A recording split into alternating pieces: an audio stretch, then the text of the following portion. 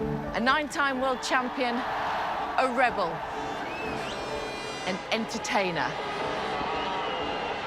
a game changer. As iconic as Messi, as charismatic as James Hunt, and as successful as Tiger Woods. After 26 years, the biggest name in the sport has retired, and we weren't going to let him go without saying goodbye. Rossi has the advantage. Rossi goes through. And Rossi's invented something in the final corner. Valentino Rossi wins. Valentino Rossi wins. Valentino Rossi.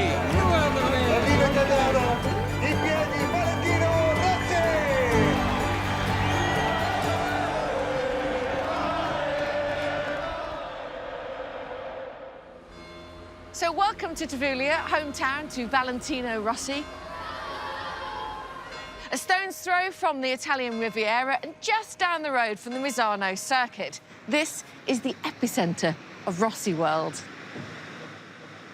There's his restaurant, his pizzeria, his clothing shop, his fan club, the children's playground, his motor ranch, and the international headquarters of his £30 million a year business.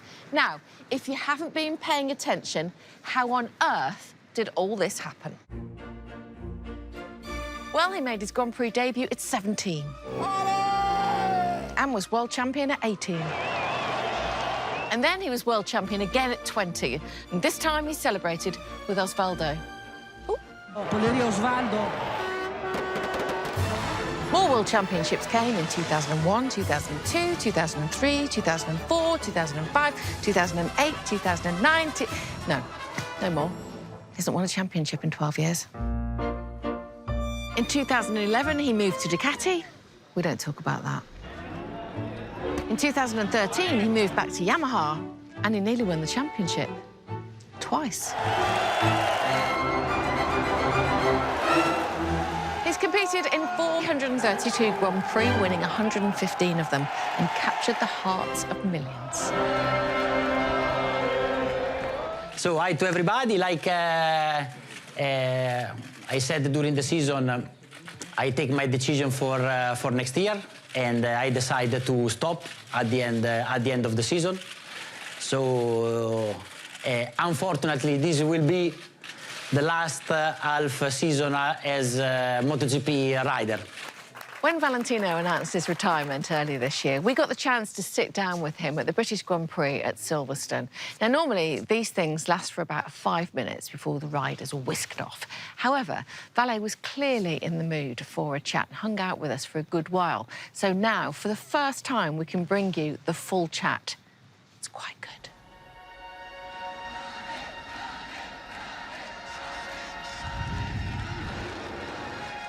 Guarda, sono in buona compagnia con James Hunt. Hello. Ciao. Ciao. Hello. Welcome. Ciao. How are you? Okay? Yeah, good, I'm thank okay, you. thanks. Do you want to drink or anything? Are you... Some water, if you have. Some water, yeah, OK. Let me do that. So this is the British Racing Drivers Club. Ah, okay. Yeah. I am an honorary member. You also. are an honorary member? Yeah. Bello. I want to come to see the race here. You can next year. Okay. Congratulations on the news about becoming a father. Thanks a lot. How exciting. Very much. And also congratulations on your 26-year career. Top flight racing, it's unprecedented. My thought is, how on earth have you managed to do 26 years? Let's break it down a little bit. First of all, physically, because you're tall. So have you been on a diet for 26 years? At the beginning, not a lot, when I was young. In the last 10 years, yes. Difficult. But it's very important to have the academy guys, because if you are together, you have a lot more fun. Because if you have to train alone, it's not easy. And what about mentally? You know, over 26 years, how have you managed to turn up for work every year? I have a normal life. I have normal friends, and I give the maximum for my sport, but I have also the rest. This is good, because if you are 100% inside, become heavy, I think, for a long time. You've been able to have your friends, go partying, have your holidays, and, like you say, have your family. Yes. I know your mum never misses your birthday, does she? Yeah. Like Really, this, like very this. important. Yes. I think this is the secret for the longevity. And has your mum been influential at any times where you maybe have been tired or not wanting to do things? Is she the one that's said, you know? Yeah. I started to think to stop in 2019, the first time. Okay. And in 2019 is the first time that I started to wake up from this dream or nightmare, no, more dream. Yeah. And it's the first time that I feel out of the tunnel, you know? Okay. It's like, allora maybe now... There's something else. It is possible to stop also. And my father, my mother push a lot. No, you don't have to stop. You have to continue. Like this. Because sometimes you expect the opposite, no? Your mom, no, basta, you have to stop. But she pushed me, yes. Right, okay. She pushed me, and it was also very strange the moment that before Austria, I say to them the first time that I stop. So I was in his house because we are a neighbor, no? And a lot of time I go to eat to my mother also with Francesca, no? Because he's on the other door, you know. Yeah. So, and she is a very good cook. Okay.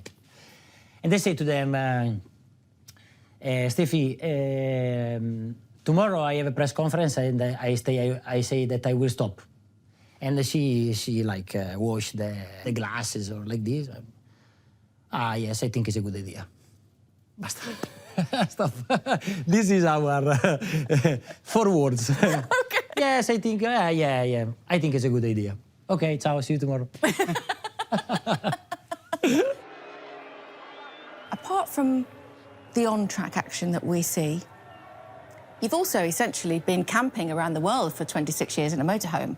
Yes. Right? Yes. So what parts of paddock life have you also enjoyed that we maybe don't see? The best moments are the moments that I share with Uche and Max, especially when we are out of Europe, when we start for Japan, Malaysia, Australia. No? When you stay far from home for 25 days, and you are very far, you enter like in another dimension, no? It's never boring, and I know a lot of other big stars. Yeah.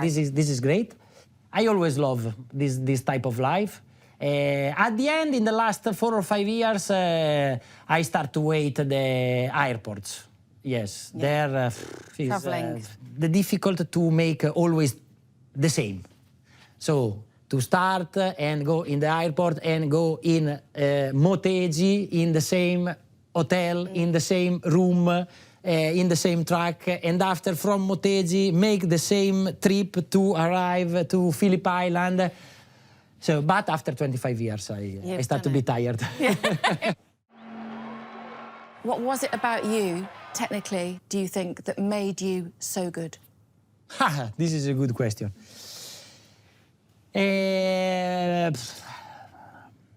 I think that, allora, first of all, I am a left-hander, but a very particular left-hander, because I am in Italiano si dice ambidestro. Ambidextrous? I can do also with the right. Okay. Okay, so a lot of riders are very good on the left, and maybe they have some more problem on the right, because on the right is more difficult because you have the throttle. My strong point is that I am stronger on the right than on the left.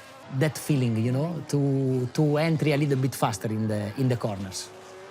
And also during my career, when I ride and I am behind another rider, I was able to understand where is better than me and try to improve my speed and my skills, you know. I think for that. Now we know. Now we know, but it's too late. No, he was a killer. He was very much a cutthroat in the terms of he'd do whatever he needed to get the job done.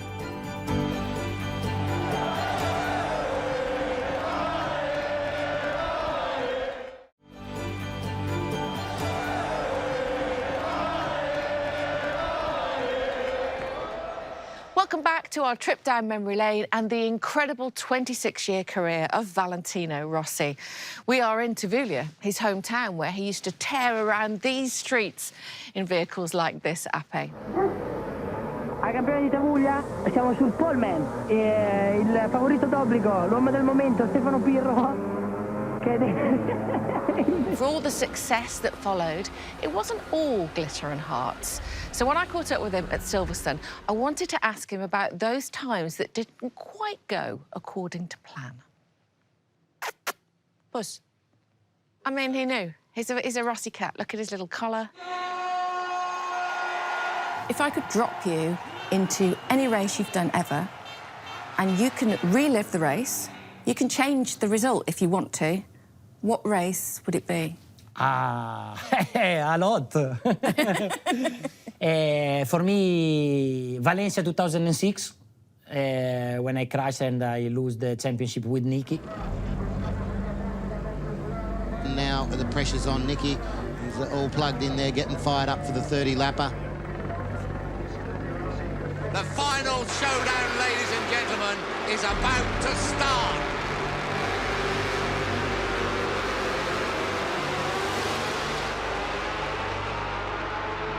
In the first laps, Nicky was fast. But I had the 8 points of advantage, I think. And I saw him escape. So, sincerely, I don't feel very good with the bike on that day. But anyway, this is another story. I push and I crash. Rossi has lost the World Championship. Valentino Rossi has crashed out of the Valencia Grand Prix. Nicky Hayden should be crowned World Champion. But at the end, Nicky finished third because I have the two Ducati with the Bridgestone with Bayliss yeah. and Capirossi that are too fast. So with the Nicky third and 8 points of advantage, I can arrive seventh. So in that moment, I was fifth or sixth, I think. So I wanna go back and stay quiet and arrive sixth and win the championship. Yeah. You know, when they let off the yellow fireworks, I laugh and I see the pictures because I like, I guess, being the underdog. I have a ton of respect for Valentino Rossi, as we know. I mean, he's the GOAT. And to be able to beat him certainly made it extra special. And do you leave MotoGP happy? I leave MotoGP very happy. But, for example, so don't win the 10th championship is a shame for me because I think that I deserve for my career. I mean, I deserve for my speed and for my level. And the end of 2015 was very hard to accept. And sincerely, from that moment, everything changed.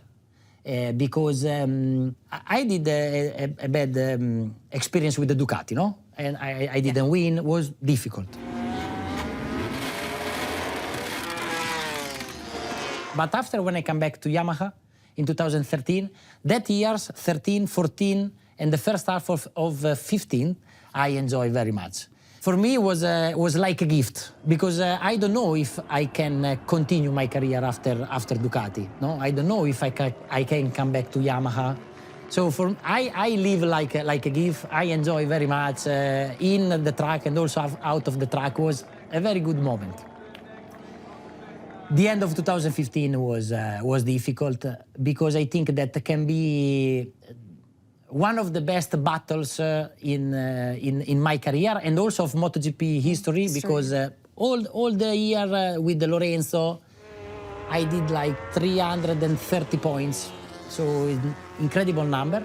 And at the end, finish like this with another rider that decide your result was very, very bad. I have 2 or 3 weeks tough, yes.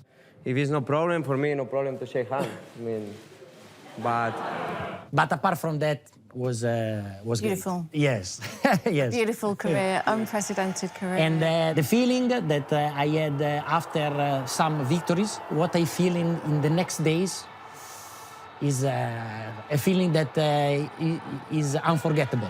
You know, it's unique. At the end, you race for that. Yeah. Yeah. And just very quickly moving forward, how serious are you in the future about GT racing? Is it for fun or is it serious? I don't want to stop racing. I think it's the right moment to stop with motorcycle, but I can do a good career also with the cars. Because in all these years, I always try to improve my skills with the cars. I always make tests, some races and everything. I make some simulator at the Mercedes. Yeah? Yeah. How was it? I enjoyed. Yeah. It was very good. And I think that for sure is not at the same level than the MotoGP. But I can do some good races. I want to make something quite serious, Dai. Okay. We look forward to it. It's so cool to just see the legend ahead of me. Oh, so cool. Thank you so much, man. I really appreciate it. It was such an honor to be out there with you. Thank you for being our favourite Sunday man. Grazie, grazie. It was a great pleasure anyway. Ciao ragazzi. The rider, in his own words, honest as always, but as open as I've ever known him. Leaving the sport happy, but with that niggle that he should have taken that 10th world title. If only it hadn't been for that rider who shall not be named, Marc Marquez. More of him a bit later, but for now, let's get the thoughts and reflections from the paddock insiders who know the Italian better than anyone else.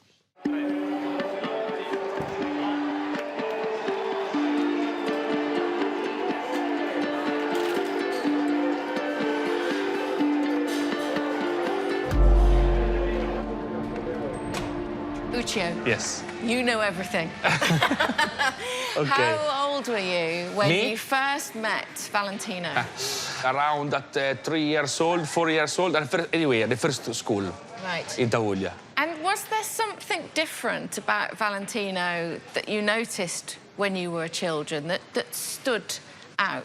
Yes, for sure it's different. I don't know, something special already. Our emotion is have something dangerous. When we have the school, I remember Valentino already designed the helmet for Formula 1 driver, motorcycle rider. He's very smart. He don't study very much like me, but at the end, better than me because he's more clever. He don't study a lot, but he have always the strategy to make the good result. We are very different. He's a little bit more crazy. He likes a lot to open himself to other people. Loris, what was your first ever memory of Valentino? Oh, wow. The really first one is 1990, when I am world champion. And we do a party here in Cattolica, in the small mini bike track. And I see that really small guy coming to me.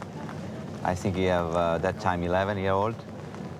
Hey, Capirossi, you are world champion. Please give to me the helmet, give it to me the gloves. Start to asking immediately. This is my first reminder of Valentino. Did you see him riding that day? Did Yes, you see him on track? I see. So what did you think of him then? I remember he have the turtle on the helmet. Well, that day is really young, but he's still faster, still really good. Would you say he's the same person as when you were 4 years old? Yeah, for sure. Vale is Vale.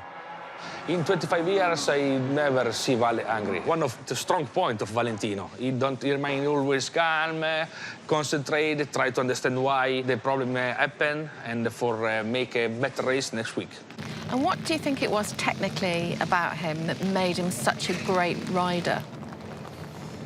I don't know, because I'm thinking, you know, nearly everybody, we are the same. But the big difference here, the brain. I am much more aggressive compared to him, you know. I win or crash. I don't care about the rest. Win or crash. Him always thinking, you know, this is the difference between me and him. I remember actually watching a race, 2003, watching Valentino in Mugello. He was behind Max Biaggi for the first laps, and we were just watching him come out of there, and then all of a sudden Valentino decided to make the pass. As much as you saw everything on TV, it wasn't until you got to go and see that trackside the difference and the different speed, the different level of power and grip, everything that he was able to carry out that corner, it just showed you, he was in a class above. We did everything we could to try to beat each other. So intensive period of our life, and somehow I'm happy that it's over because it was really stressful, it was really intensive, but still I'm romantic, and I think we had a very great period of our life. We see the wave, we see the friendly smile, the charismatic Valentino, but he's won 9 World Championships. You don't do that by being Mr. Nice Guy all the time. How would you describe him on track? He was a killer, very much a cutthroat. We haven't seen action like this as Rossi runs off track and pushes Stoner wide. He would do anything to win. Valentino always tried to have the best thing for him, always, don't thinking about the other. I prefer to have something not perfect, but to see everybody happy. And this is the difference to the normal champion and the top champion. The top champion, he can control everything.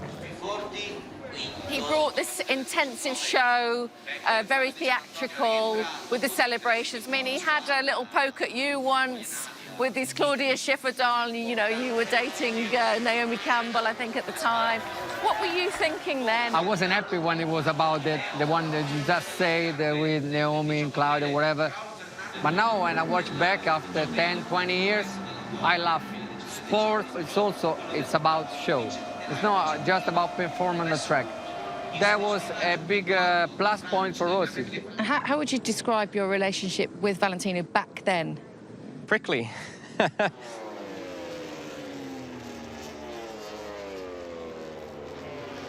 No doubt about it. Valentino and I were best of enemies. How's the shoulder? It's okay? Okay? You have some problem with the shoulder? Obviously, your ambition outweighed the talent. Ambition was more than the talent. No problem. I've always had massive amounts of respect. Even when I won the championship in 07, I had his name on my winning, vest, because he was one of my heroes growing up. He was somebody that I looked up to and aspired to be. So being able to learn from him and race against him in his era was something that I think, puts a lot more credit on what I achieved in my career.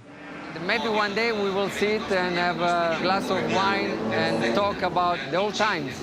And Valentino Rossi's going to go through. Oh, wow! so and cuts close. Max Biaggi right up, doesn't he? Oh, and he has a little wave as well. But it's not up to me, eh? Can you rate Valentino Rossi out of 10 for his 26-year career? The king of the two wheels is Giacomo, because we're talking about very low safety, very crazy racing, and he won so much, he deserves to be 10. So Valentino gets 9.9. 9.9. With Biaggi was difficult because we are two difficult characters, I mean.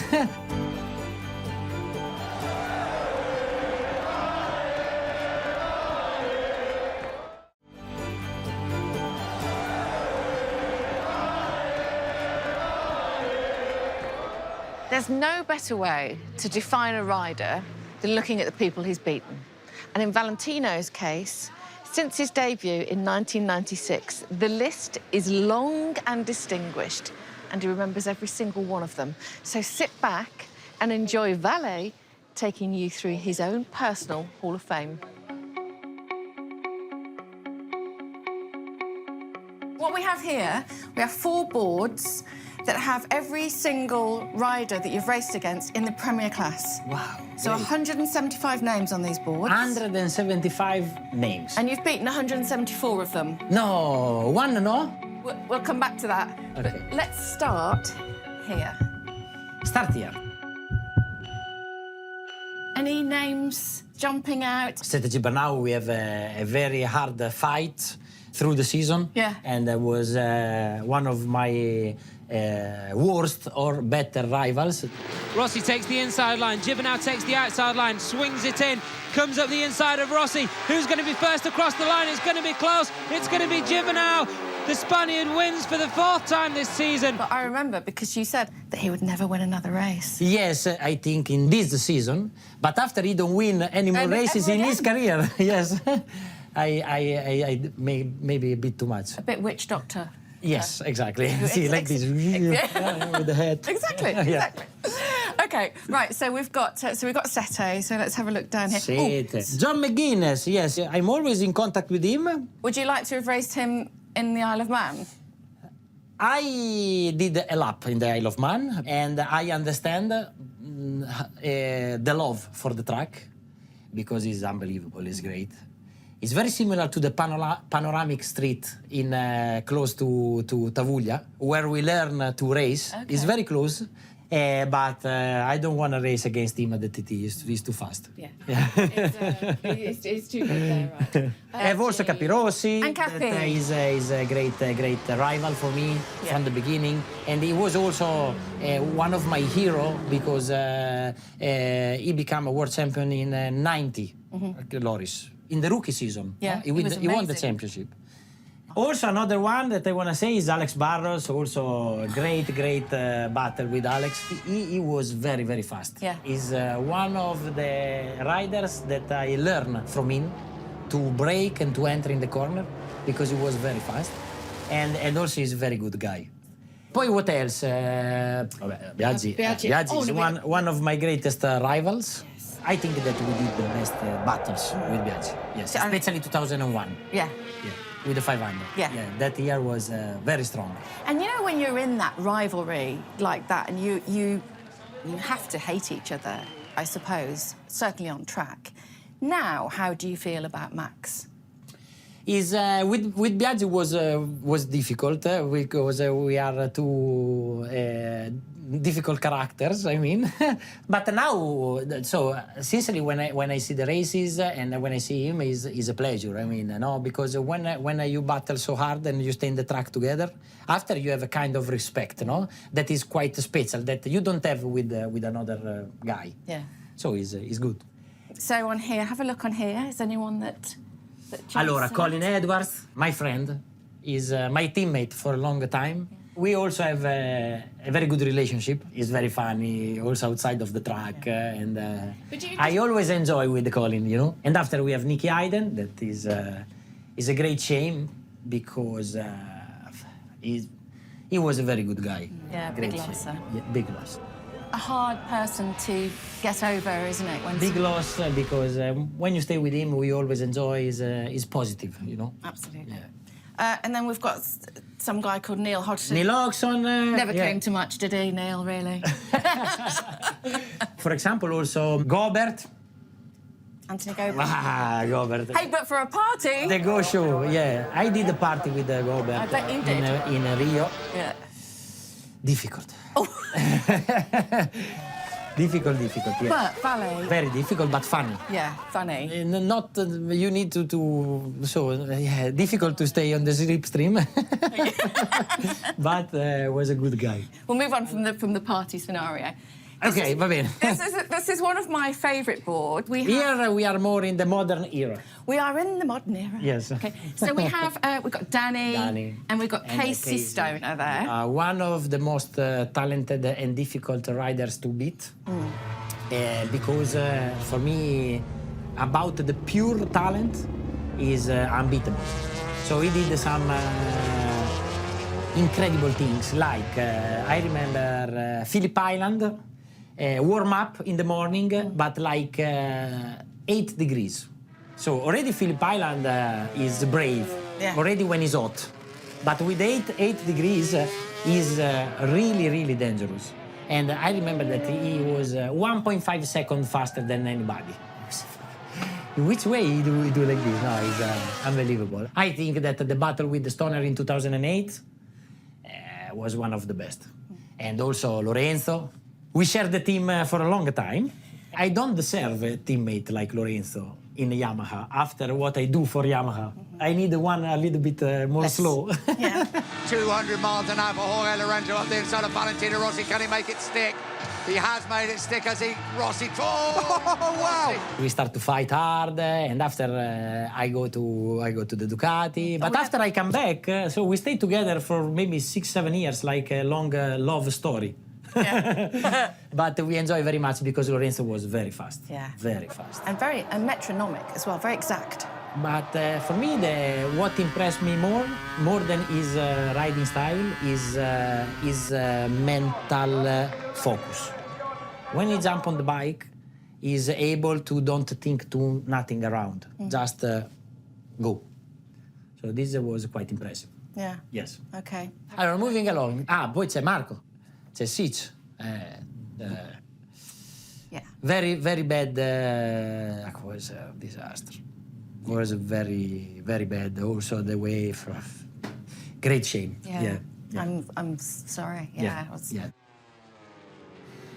He was fast. He's a great talent, and he can give a lot to the MotoGP. He was ascending, wasn't he? Going up. Yes, and also we always suffer with the 800 because we are taller than the other, and also more weight. And also Marco was taller than me, and also heavier than me.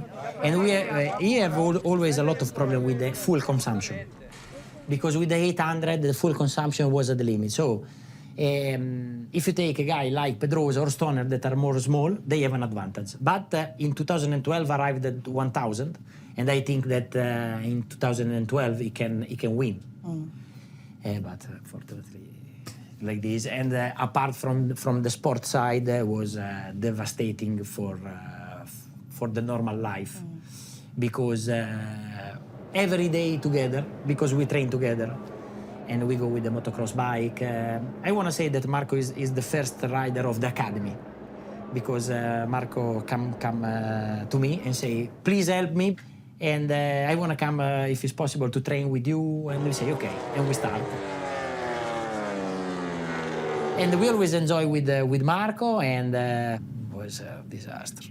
Comes in and says, congratulations, that's great. Presenting the winning trophy. E poi what else?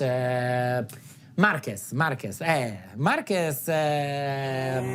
is a great rival, and is very, very fast, very strong. One of the best.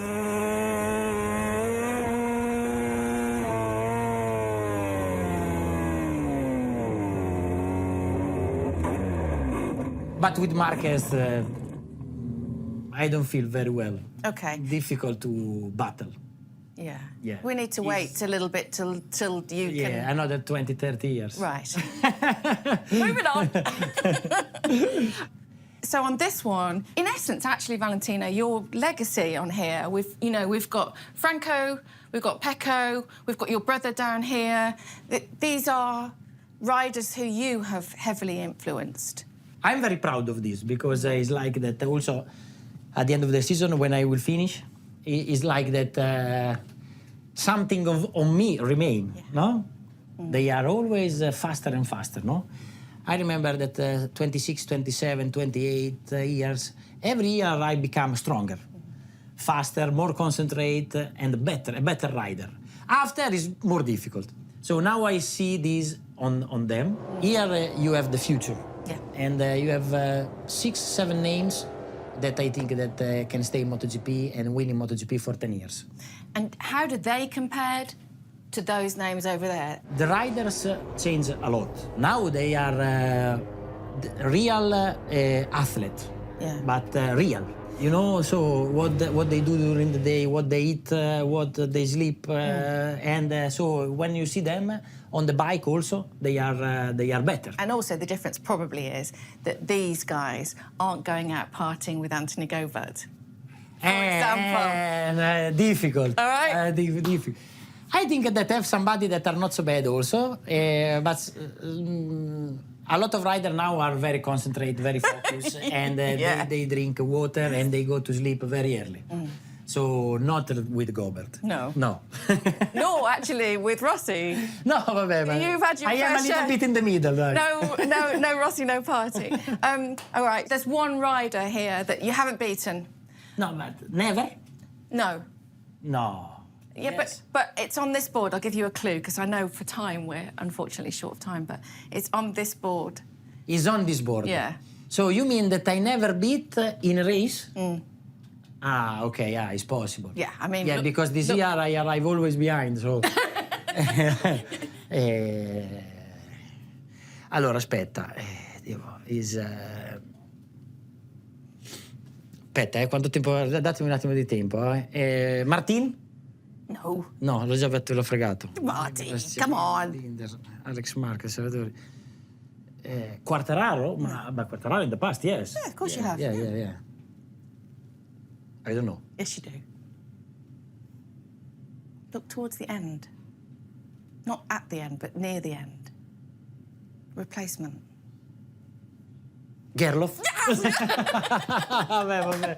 Ha fatto one race. Oh, I'm more relaxed. Okay. Yeah. But I was in front in Assen after I crashed.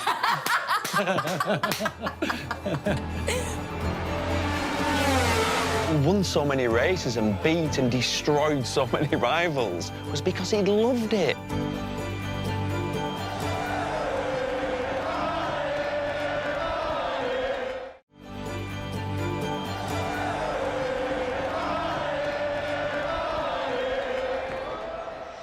The end of an era. It's the weekend we say goodbye to the greatest of all time. Some of the most memorable motorcycles in Valentino's career unveiled at this very, very special ceremony. Let's have a listen to what he says. Oh. Guarda piccola. Rossi is the 125cc World Champion for 1997. Vedi, questa era quella speciale per il Mugello. Rossi wins his second World Championship. Bello. Allora, vediamo questa. Questa è il mostro. Sì. Bella. La Honda 500.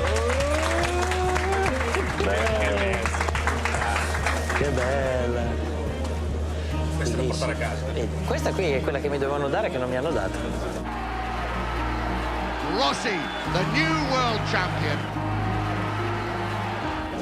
C'era il culo alto e il manubrio basso.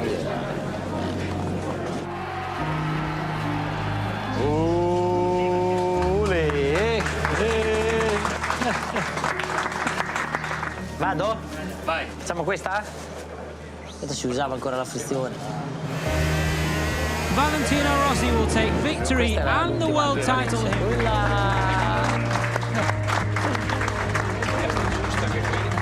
Questa era quella che andava più forte di tutte. Valentino Rossi wins his 5th world title. Questa sembra che ha 5-6 anni in più vecchia. It's Rossi on the Yamaha. He is the world champion. Io ce l'ho nella camera da letto questa. Nella mia camera da letto. Più alta? Più alto il culo, sembra. Quella che c'ho a casa io di questa è più bella. Sì. 7 world titles for Valentino Rossi. Questo è 2008. Vai.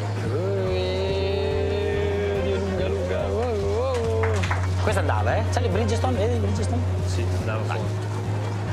C'è la foto. Sembra diversa, sembra più piccolina questa. We salute the 2008 MotoGP World Champion. E poi l'ultima che più o meno è uguale, l'anno dopo. Vado,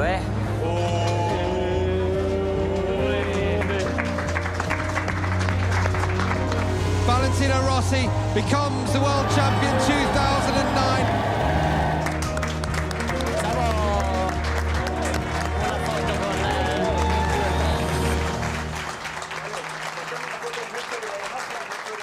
We're looking back at the career of Valentino Rossi, and now it's time for the expert view with commentators, analysts / troublemakers, Gavin Emmett and Neil Hodgson. Well, we've all been around Valentino for over 2 decades, commentating on him, interviewing him, and Neil, you've ridden with him. So let's start with that. Valentino as a rider. You'd expect me to say, oh, well, he's so aggressive, he's got an incredible relaxed style, that's what made him great. What's made him so different all these years is the fact that he loves it. He loves the battle. And the most stressful point of the weekend, you know, last lap dice, and anxiety levels at 10, but Valentino thrived on that. And I think that's why he destroyed so many rivals, was because he loved it. Yeah, he can be ruthless in those kinds of races, but then think of places like Phillip Island, Australia 2003, when he suddenly got a 10-second penalty in the middle of the race and had the wherewithal to go, all right, I'm going to need to put 10 seconds on the rest of the field. How he understood it from a pit board, I never understand anyway. Hang on, you can't understand how he worked out from the pit board. I don't know how he did it. Yeah, well, there's that as well. All of a sudden, right, I'm going to have to beat everybody by over 10 seconds. And he just did. It felt like he could play a little bit with riders and know that he was going to win and then just win, to create a show almost. It felt like that. Especially when he was on the Honda. Yeah. At the time, he was the best rider on the best bike. Yeah. I would have never done that. I'd have just checked out. But you would, wouldn't you? No, but someone like Casey Stoner afterwards That's what they did.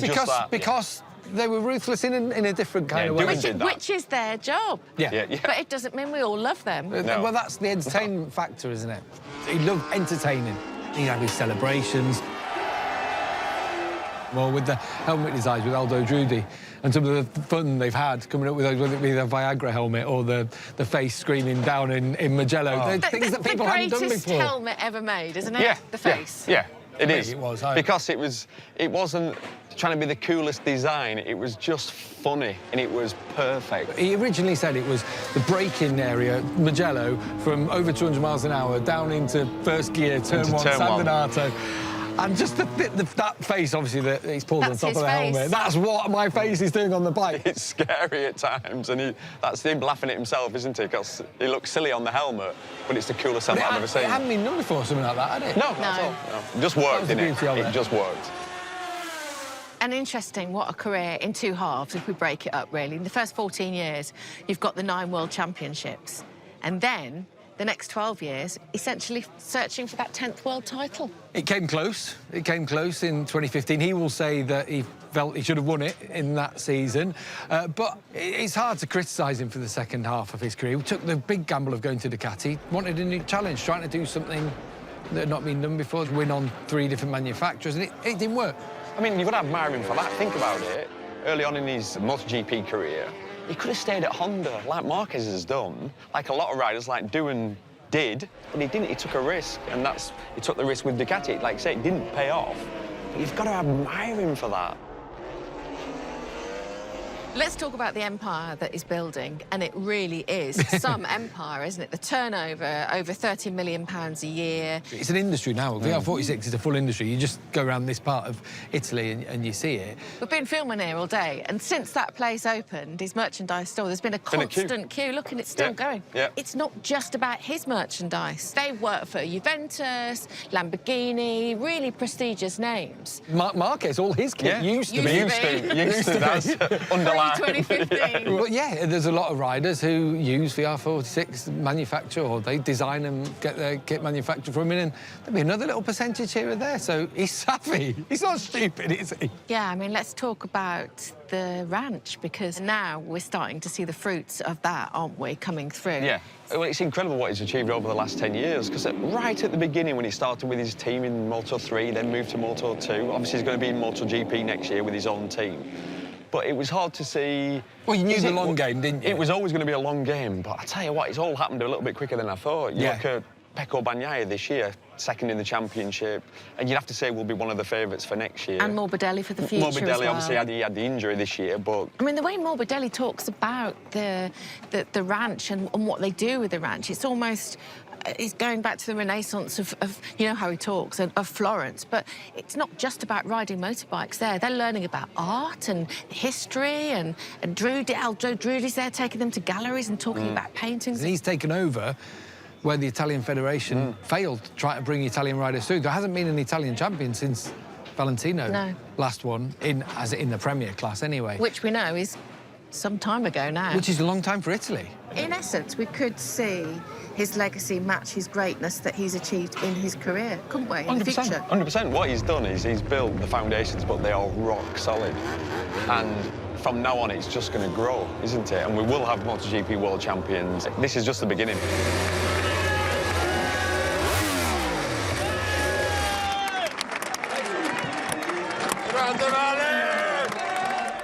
let's finish with a personal memory of Valentino, maybe something that people don't know.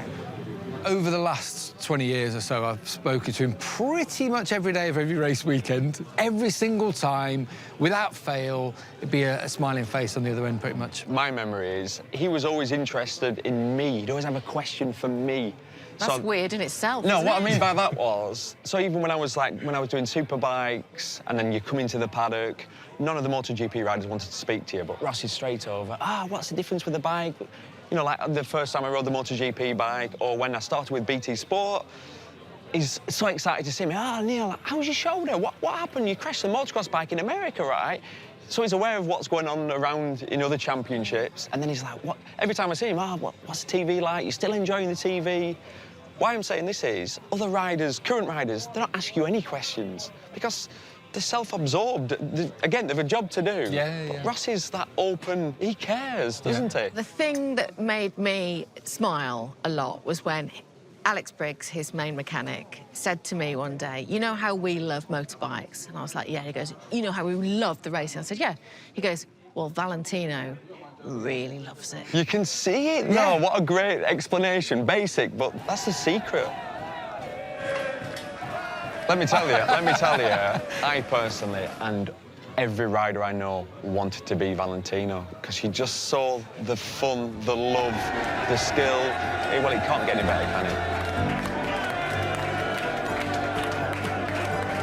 I think the message from the town to the man says it all.